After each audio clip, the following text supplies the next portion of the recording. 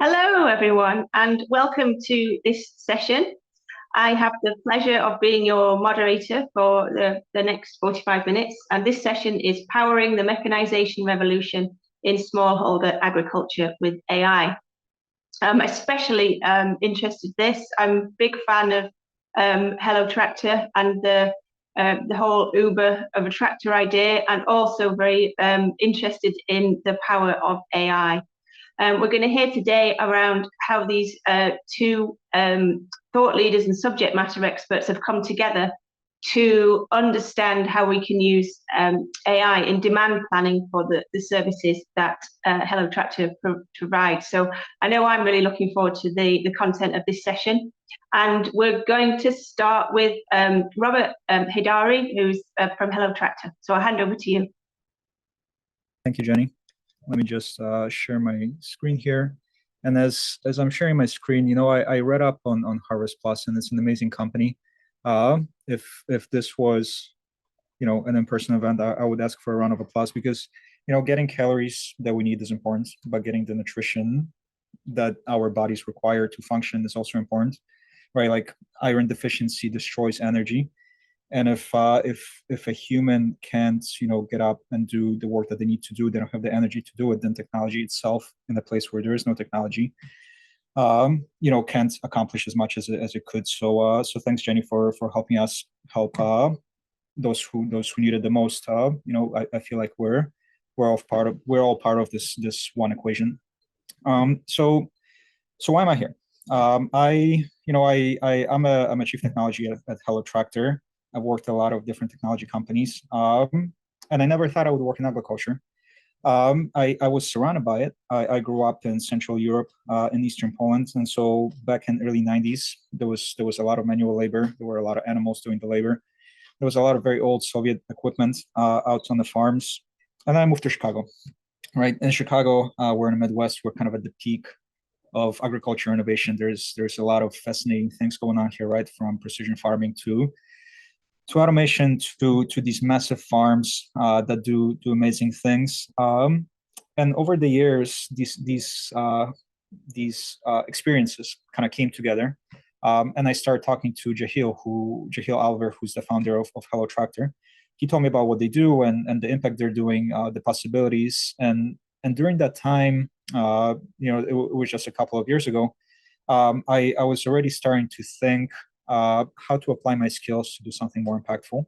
And so about a year ago, almost a year ago, I decided to join Jahil and the rest of the team on this journey that they're doing. And within just a few days, I realized how impactful the work was, right? So I was accomplishing already what I set out to do, which was do something impactful with my skills.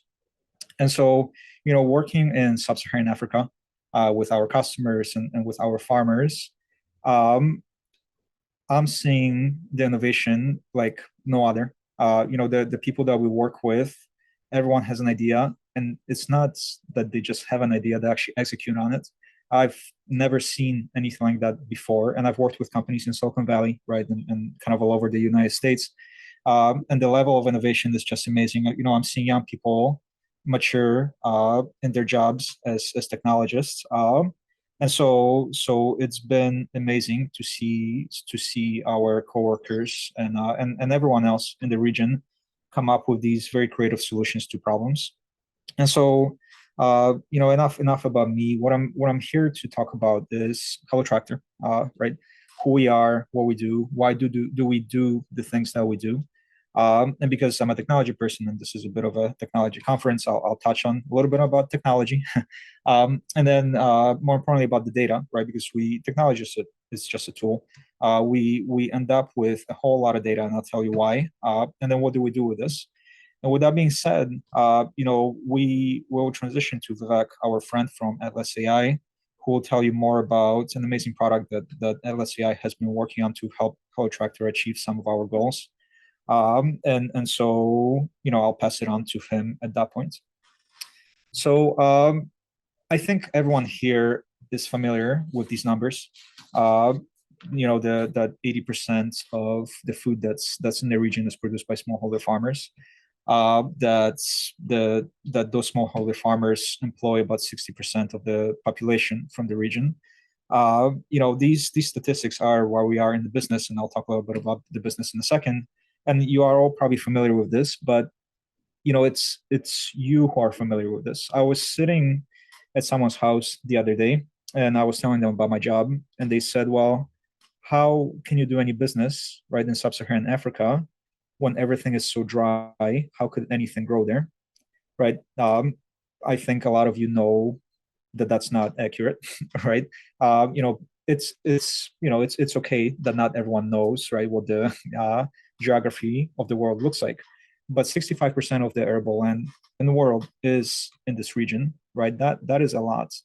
And thinking about today's problems, right, immediate ones and the long term, right, whether we're talking about the climate change or security problems all over the world, I don't see how this 65% of arable land doesn't become a food source for the world as we live forward, right? And so now, okay, 65% of the land, right? That is a lot of land. Not all of it is utilized, obviously, which is a good thing, because again, right, like there's climate change. We don't want to take over all the land, move out all the wildlife, cut down all the trees. That's a terrible idea.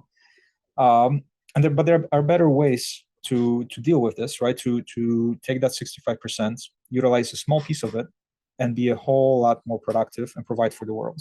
And that's simply by closing this gap that I mentioned here a little bit below, which is there's a gap of 76% of what the crops are and what they could be, right? And there is a low-hanging fruit there, right? Which is we just need to be more productive.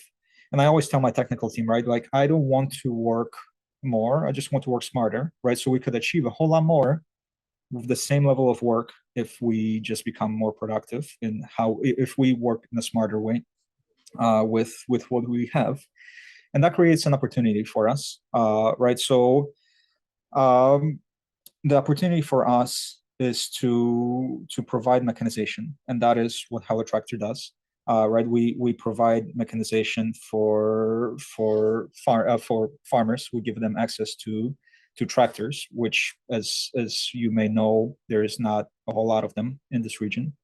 There are, I would say, a few reasons to do this. One is a business one, right? So if you were to ask me why are we in a business, I would say we are in it to decrease risk for everyone involved, right? For the people who own the tractors, so we can make it more accessible to people and less and more predictable, right? So if you own a tractor, we can decrease that risk to help people utilize it better, and I'll talk a little bit about it in the next slide. But the reason why I'm in this field, right? It's not a clear path in this line of thinking, but as I drive, so I live in Chicago, as I mentioned, but I do travel to our offices in Africa.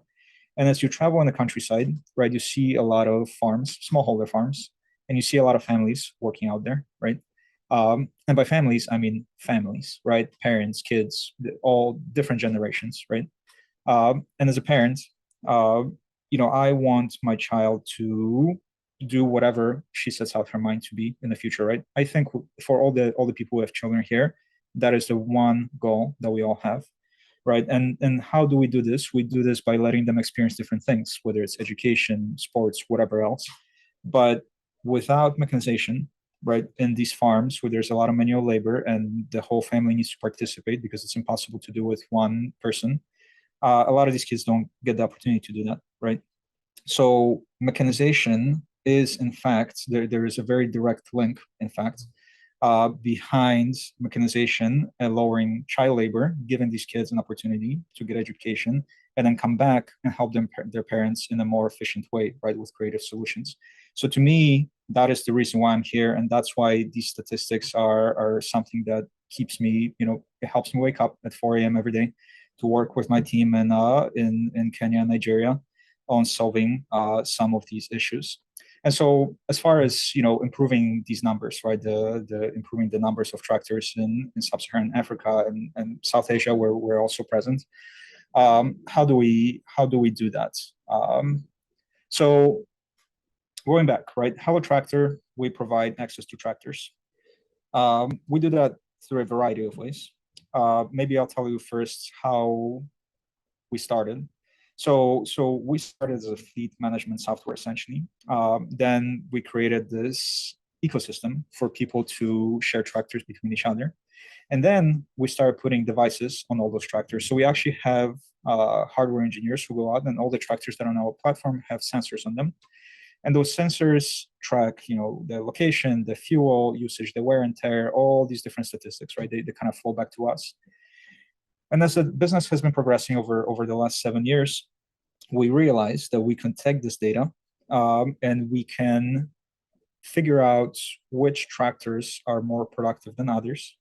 And those that are more productive, we could reach out to the people who operate them and say, hey, instead of borrowing a tractor, right, and servicing one field, you could buy your own tractor and service multiple fields for yourself and for your family, right? So we essentially figured out a model of taking productivity data from tractors and giving access to capital to agricultural workers with less emphasis on the actual financial history, right? And that's different, and it's revolutionary because our default rates are minimal, but the people who are getting access to tractors are drastically increasing.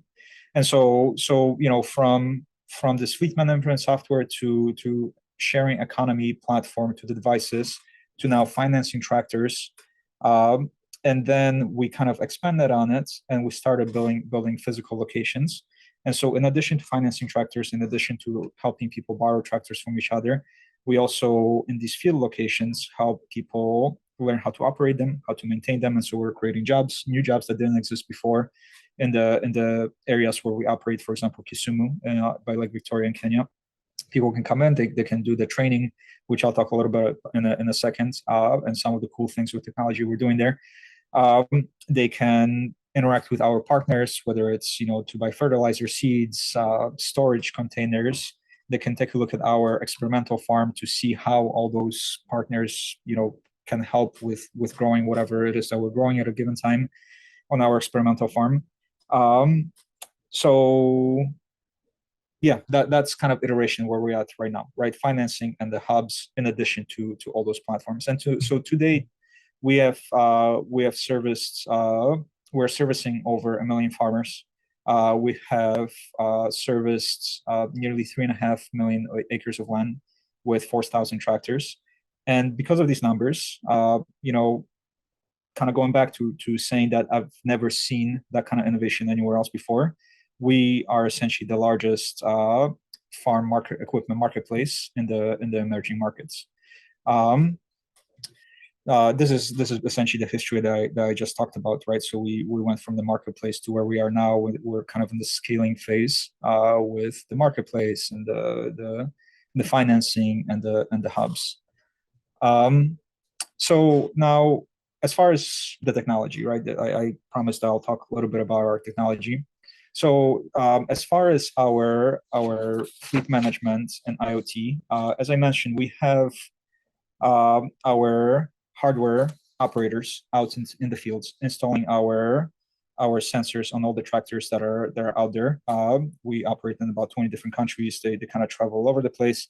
We have data scientists who are on our side analyzing all that data, right? So like I said, fuel and location.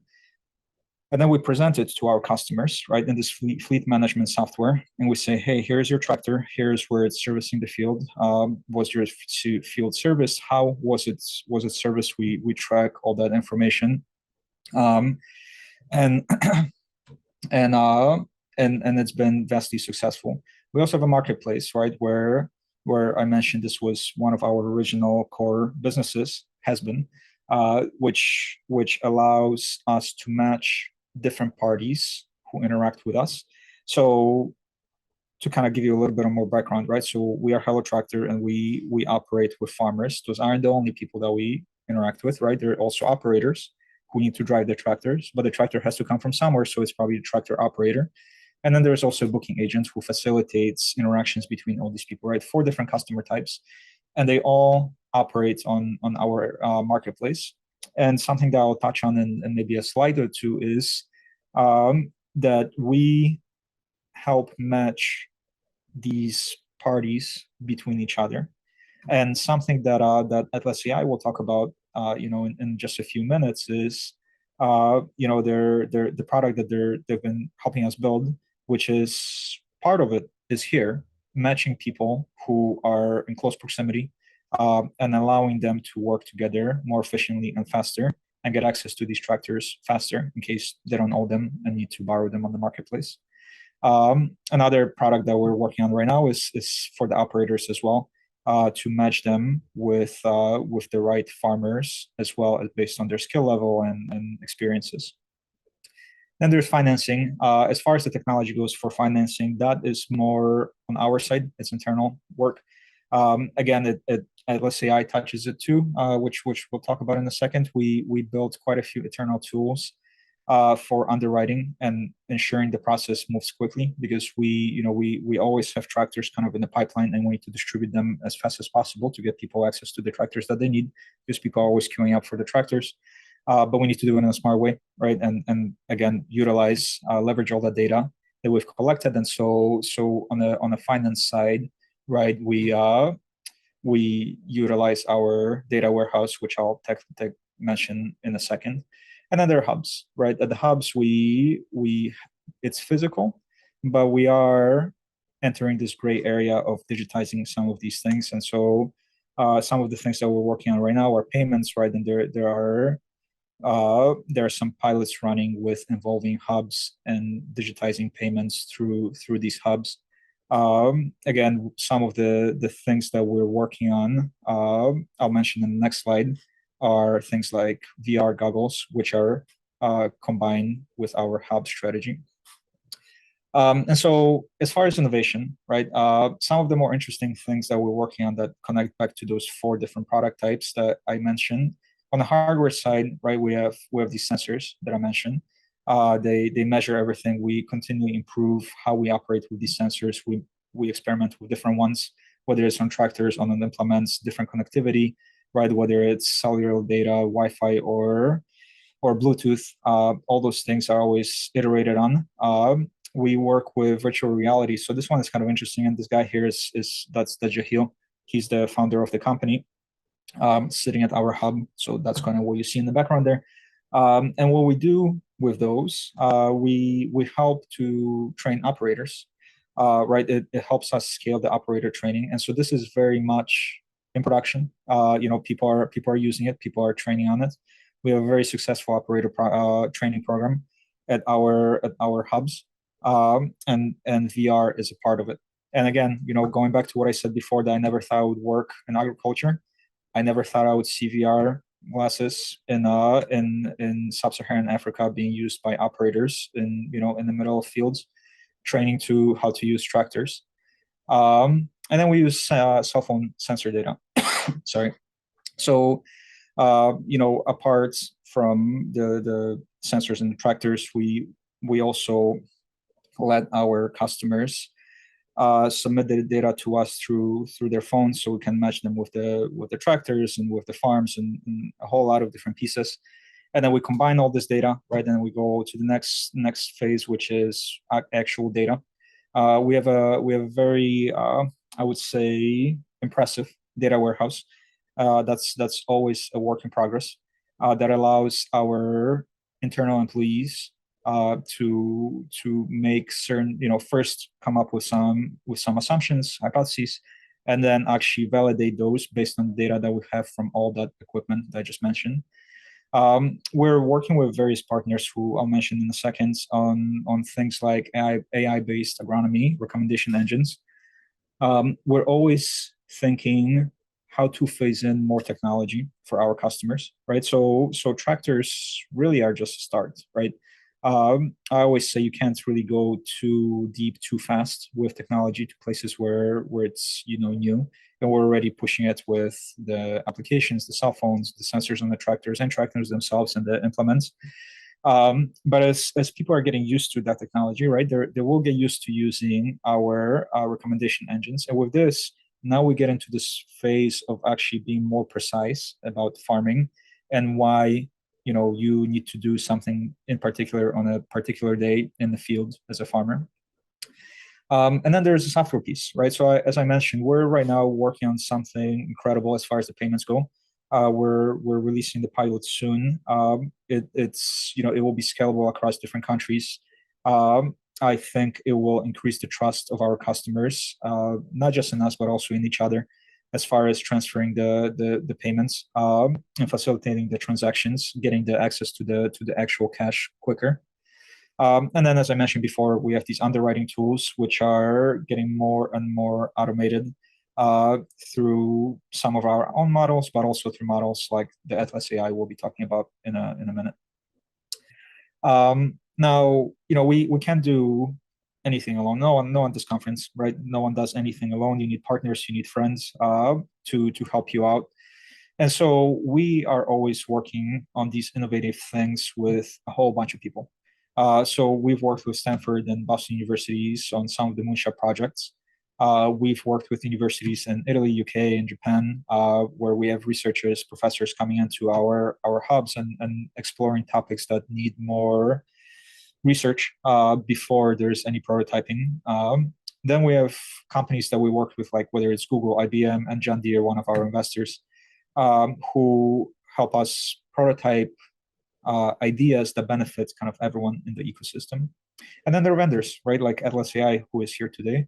Whenever we have a project, right, that's very targeted and it's an immediate need, we would go to someone like Atlas AI, right, in this particular case, and I'll mention why, who help us develop, highly targeted and highly specialized solutions where we don't necessarily have the expertise to do that ourselves.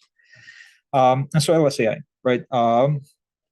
So when you're farming, right, there's a lot of variables. I mean, let me take a step back. When you're doing business of any kind, there's a whole lot of variables about how to ensure that you're successful. One of those is timing of your execution, whatever it is that you're doing, right? In farming, there's a lot of things happening at the same time, right? We have climate, weather, rain. I mean, we have pests. What is in your soil, right? Is there a lot of human activity? That's a lot. And what's harder is to take all of this and then figure out what does this all mean, right? And so in our case, if you're in agriculture and you want to be successful, you want to know when and where should you be operating and how, right? And so we've been working with Atlas AI, right? Because they have the data, they have presence in the region, and they have the expertise in taking a lot of the information that they already have, combined with the information that we have, and coming up with ways to model this demand, right, for services in certain areas. And so the product that Atlas AI has been working on is trying to figure out where do we need to deploy our resources at the most optimal time. Now, to take it a step farther, it's not just to deploy our resources. We also have customers who could definitely use the same information, right? So for us, where do we need to put in more of our resources, meaning people, equipment, right, attention at a particular time frame to ensure that we impact the most people. Now, for our customers, on the other hand, right, if I have a tractor, I want to know if in this particular I should be hanging out in this region with my tractor, or will just stand idle and lose money, right? Or can I move to a different county where there will be more activity and I can make that tractor more productive, therefore providing for my family, right? Providing food for the region, and making everyone happy. And so with this in mind, and I was, yeah, yep, and I'm transitioning right now to Vivek to talk more about Atlas AI and the work that we've been doing together. Thank you.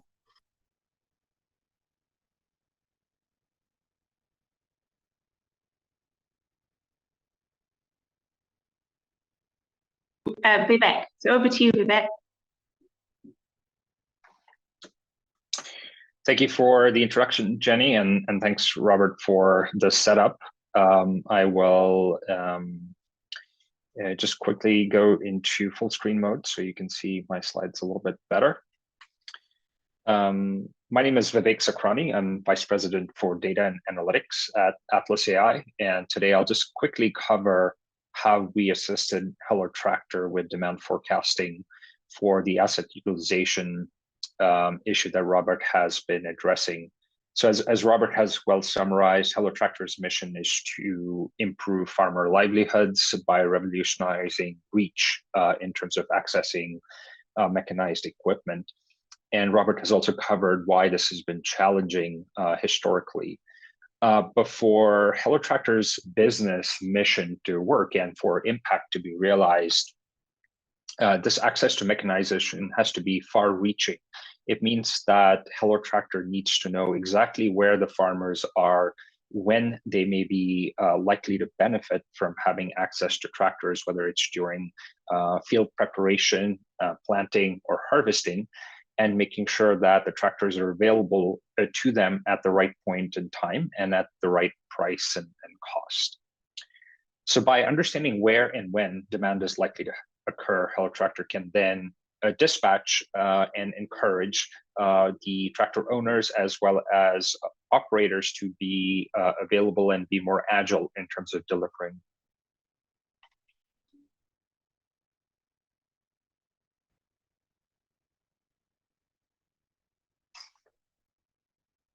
Thank you. Is it coming through?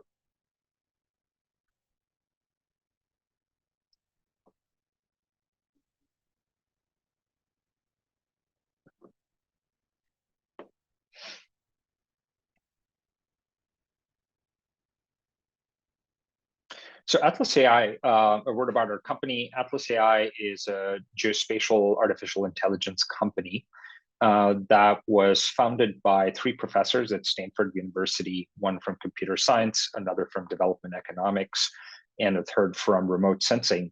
And they had the idea of using satellite imagery and machine learning to generate very high resolution data about conditions on the ground, ranging from sectors such as agriculture, but to other aspects of the economy, including socioeconomic well-being in different sectors. Through encouragement by organizations like the Rockefeller Foundation, these professors spun off the company out of Stanford University. And it's that technology that we've built on to support the demand forecasting use case for Hello Tractor. So our mission today is to help organizations anticipate and monitor changes to the economy and societal well-being within those supply chains, like farmer supply chains, to support inclusive growth in terms of livelihood. So Atlas AI, over the last year and a half, has deployed a demand forecasting module for Hello Tractor that I'll tell you about. So the 4 main contributions we've accomplished together are: 1, to identify the factors that most influence demand for tractors in a very location-specific way. The second is to deploy an automated machine learning model that predicts what the demand for acreage will be for different types of tractor services. The third is to deploy this in the form of a usable platform so that operators and tractor owners could consult a dashboard or the Hello Tractor Marketplace app to better understand where there will be demand for their equipment and their services. And then working alongside the Hello Tractor team to refine the design of this platform product and to better plug it into downstream business applications that I'll give you a very quick preview of today. The factors that we found most influence demand, in addition to weather and typical agricultural activity in terms of planting dates and harvest dates, are also information on historical jobs. This is information that comes directly from Hello Tractor. This is a leading indicator of information because the operators and tractor owners understand the local context. They know where the fields are, the experience of their farmers. And so this historical information can be an important predictor of demand for future services. Supply side information like the availability of tractors in the locality or in the vicinity of farms also helps to better match the availability of tractors to demand. And finally, near real-time indicators like vegetation indices, when overlaid on more static measures of socioeconomic and demographic growth, can better predict demand forecasts. When those forecasts are available, they can be plugged into a machine learning model that updates weekly, monthly, or in a longer-term cycle to better predict forecast in the near term. And this information can be made available to users, for example, as shown here in the form of heat maps or predictions in terms of number of jobs or number of acreage that needs to be worked. When this information is available to different platform users, it can be then connected to a variety of downstream business use cases for the company. As Robert mentioned, the first one is PAYGO underwriting for making sure that those who would like to own a tractor do have access to the capital to then make that purchase decision and pay that asset off over time. But other types of applications include dispatch models for asset allocation, placement of hubs where services can be consolidated and the tractor fleet can be serviced, and then geomarketing for either educating farmers and notifying them about the availability of services in their neighborhood, or to provide incentive programs to those who could benefit. So hub placement leveraged the Atlas AI demand forecast to better understand where a hub should be placed so that it can simultaneously support areas of high demand and also better service the needs of owners and operators who may need access to swapping out equipment or spare parts for their fleet. PAYGO underwriting also leverages demand forecasting because this predicts the ability of a farmer to be able to earn enough income from the fields that they work to be able to then pay off the program in places where some type of support might be necessary or another type of incentive program might be necessary to support those farmers. The third business application is suggesting to tractor owners as well as operators where they could better locate to benefit from that demand, and so that they can move their tractors there well in time to not only provide those services, but then also quickly move from that location on to the next one. And these plans can be updated as frequently as a month or every quarter and thereafter as well. And the final use case is one of geomarketing, where knowing where demand is likely to come and where the tractors are located, suggestions could be sent to either the farmer population who have enrolled into participating into the platform, or the booking agents who are monitoring as and where demand is likely to crop up, or those tractor owners who might be interested in expanding their fleets or adding more equipment to their fleets. Geomarketing in this case can be much more frequently developed since it requires less effort on behalf of the platform users, whereas Hello Tractor can, in a targeted way, run marketing campaigns and incentive campaigns for all of the stakeholders that are engaging with the platform. So with that, I'll stop here and hand back to Jenny, and if I need to receive any questions or clarifications that we could help with. Hello, thank you very much. Another fascinating discussion. And I know something that's really on my mind is about partnerships and how you guys came together and the power of the two organizations. So perhaps we go to Robert if you wanted to talk about how it all started, really, in terms of partnership. So I'll play ping pong, and can I maybe send this question to Vivek, because the partnership I think predates me. I kind of jumped in and crashed the party, and it's been really well. It's been great working with Atlas AI. But Vivek, maybe you can tell a little bit more about how we came together. Yeah, I think through a variety of serendipitous connections where the leadership team at HelloTractor was familiar with the research coming out of our co-founder's lab at Stanford University, and then our presence in East Africa, working alongside stakeholders in the field who were interested in deploying the power of artificial intelligence technologies for improving socioeconomic well-being. It took us a few initial conversations to realize that we had a very complementary set of data, complementary technology applications, and subject matter expertise. And within a quarter's time, we were able to put together the key building blocks of this information. And what we've done over the last year as part of that partnership is really test the technology and validate that this does work in the field for farmers as well as operators. And we, at HelloTractor side, we like to experiment, like I mentioned during my presentation.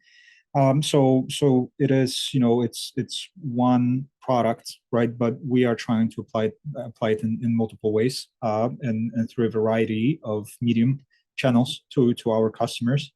So we, with our customers, we are thinking and trying to put in different modules in our application. With our internal employees, right? They test. We ask to test these different products like this one, and try to apply it in any way they see fit. And then whatever is based on the data, whatever is the best use case, we kind of bring it to production. So we have a very good collaborative relationship with FSCI where we meet like a regular team. We work through the problems, right? We share the findings, and then we iterate on them. So I would say it's a very close and healthy relationship that ends up not just in our hands, but also in the hands of our customers. There's a very quick question from the audience actually about acreage, and the question was, is there a minimum acreage to be involved in the program? So to be our customer, I'm assuming. So no. I mean, we help everyone. We don't discriminate based on acreage. There is a minimum acreage as far as financing, and it's not your acreage. It's how productive you are, right? So I believe it's 1,200 acres that our customers have to service with the tractors to then qualify for financing on the tractor, and then we start a different conversation. So financing is a little bit different, but to actually work with us, it really doesn't matter as long as it makes sense for you to actually utilize a tractor on your property. Okay, thank you for answering that one.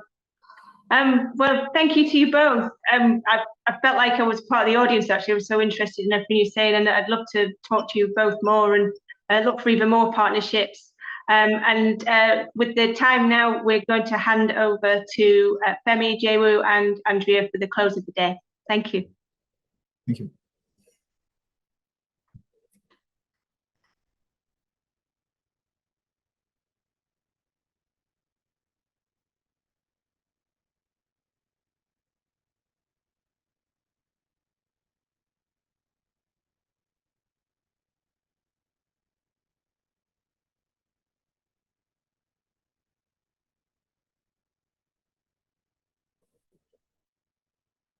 They don't want us to go, Jenny. I think we're staying. Oh, they're giving us 5 more minutes. Okay. Well, there were some few more questions in the chat. They're just having a technical challenge actually. So if people are still there, it gives us 5 more minutes.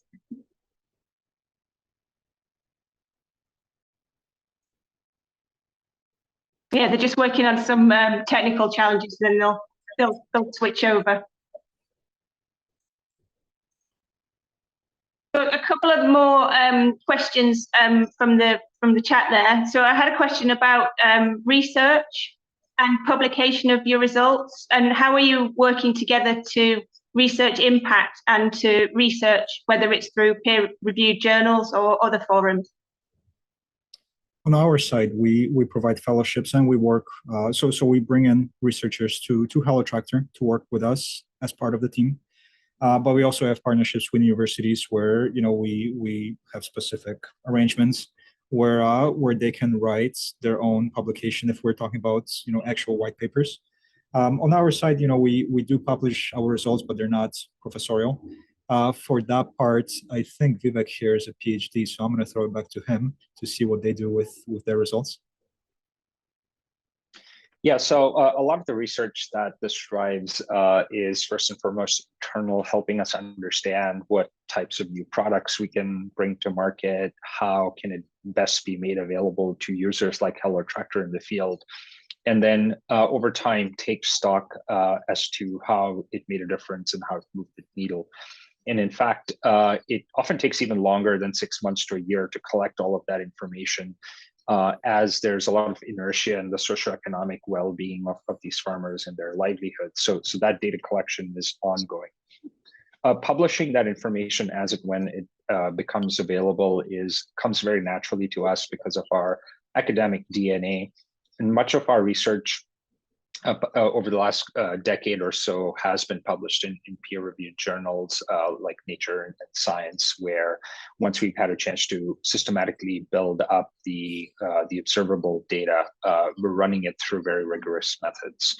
Peer review in this case is very, very important, not just for the improvements to our own research, but also making sure that we are asking the right research questions and then using the right methods as well to form conclusions about the value and impact of the approaches we've demonstrated. Okay. Thank you very much. Don't know if we have time for one more question, or are we handing over? Are you ready to go?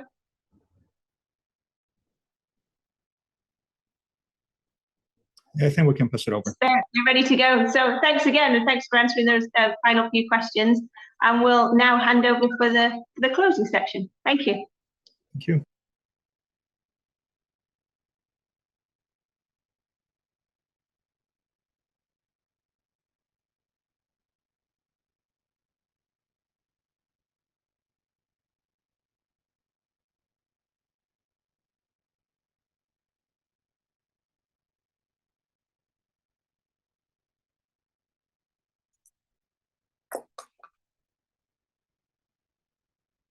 All right, thank you very much. HelloTractor, Atlas AI, and of course to Jenny, thank you so much.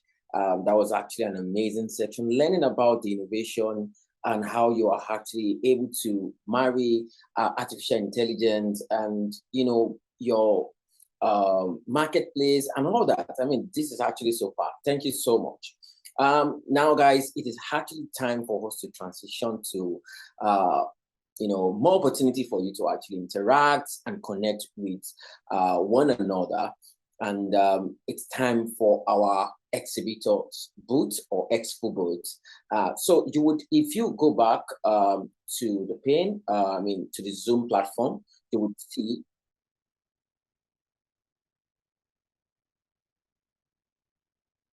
Okay.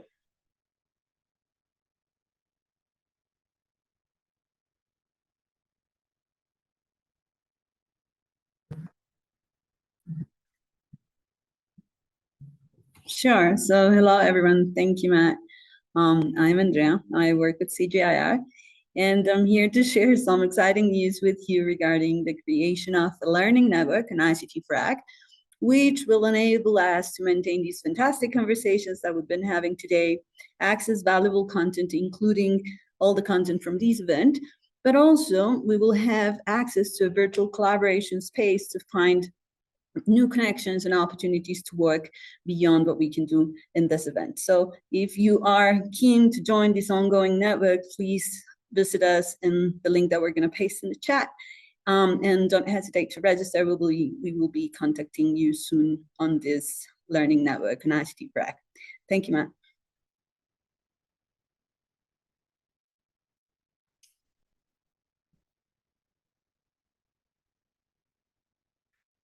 Okay, shall I go next? Can you hear me? Okay, good. So yeah, while we are waiting for Femi to come online, so yeah, I'd like to just plug that we launched this year's Inspire Challenge program back in September. And under the mission of improving women's access to digital agricultural services and programs, we received 80 applications, of which 16 have been selected and shortlisted, and they are all here today. And actually, yeah, if you are here, and maybe you can say hi and introduce yourself in the chat. And they are particularly interested, you will be particularly interested in joining their booth, virtual booth in the expo. So for next 3 days, they will be presenting their application and programs and services through the expo booth. And some of the visitors will be our secret judges. So out of 16, those judges will select 5, and they will promote those 5 to be Inspire Challengers. And they will be given resources and technical support for next 6 months to improve their women's participation in their services and programs. So yeah, this is really important time for us, and also important time for those Inspire Challengers or to be challengers. So yeah, don't forget to visit their booth and asking questions and interact with them, so that we can have the best of them, 5 of them to be selected for Inspire Challengers. And those challengers will be announced at the opening session of day 3. So stay tuned, and they'll be coming up. And back to you, Femi. I hope we sorted out the technical difficulties. Yeah, thank you so much, Andre and Jao, for that information. So if you're still there, like I said, it's actually time for the expo booth, and it's actually time for you to actually interact and engage with various organizations that are actually participating at ICTforAg 2023. So if you check the top right side, towards the right side, the top on the Zoom platform, you would see exhibitors section, and just like I also navigating right now, and if you click that, you can be able to get into the expo area where you can virtually navigate the expo floor and enter each individual booth area, just like you can do, in person. So within the booths, they have posted information about their projects, programs, and organization. So they also have the ability to start their own individual Zoom section or talk, with you, and present about themselves and also topics of choice. So you can actually head on to the exhibitor section and connect, interact, learn about these organizations, their programs, their initiatives, and yeah, it is part of the ICTforAg 2023. Enjoy.